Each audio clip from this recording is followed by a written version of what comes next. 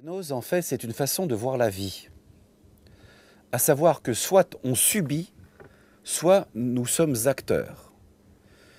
Et il y a des gens qui généralement ne le savent pas, mais ont besoin d'être acteurs.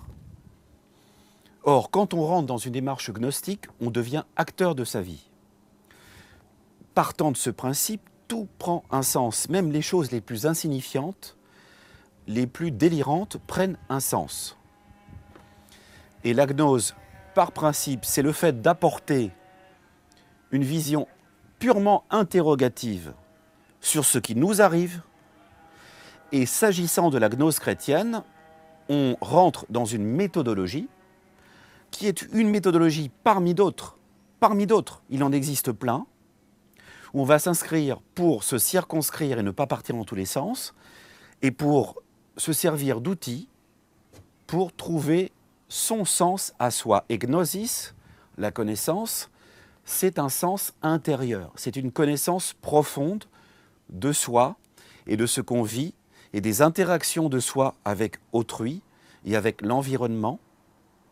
Cette interaction fournissant un certain nombre de réponses, lesquelles ne sont pas fixées, lesquelles peuvent changer, mais lesquelles ne sont pas non plus nécessairement transmissibles. À savoir que quand on trouve quelque chose qui a du sens, on ne peut l'imposer à personne d'autre. Personne d'autre. J'ajouterais que c'est souvent l'apprentissage de notre capacité à admettre que les questions n'ont pas de réponse. Et que c'est le fait d'arriver à se poser les bonnes questions qui va nous faire grandir, quoi, en fait.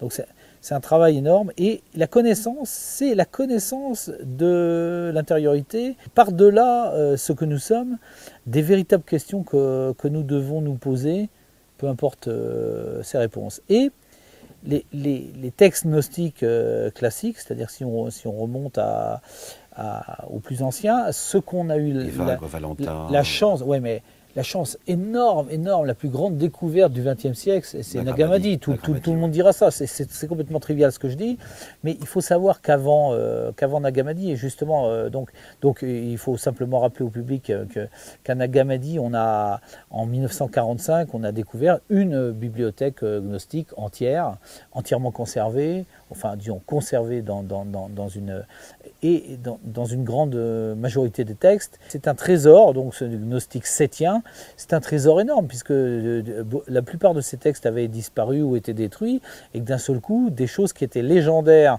pour les gnostiques, c'est-à-dire qui étaient diffusées de manière orale, par tradition, etc., se sont trouvées à faire irruption dans le réel.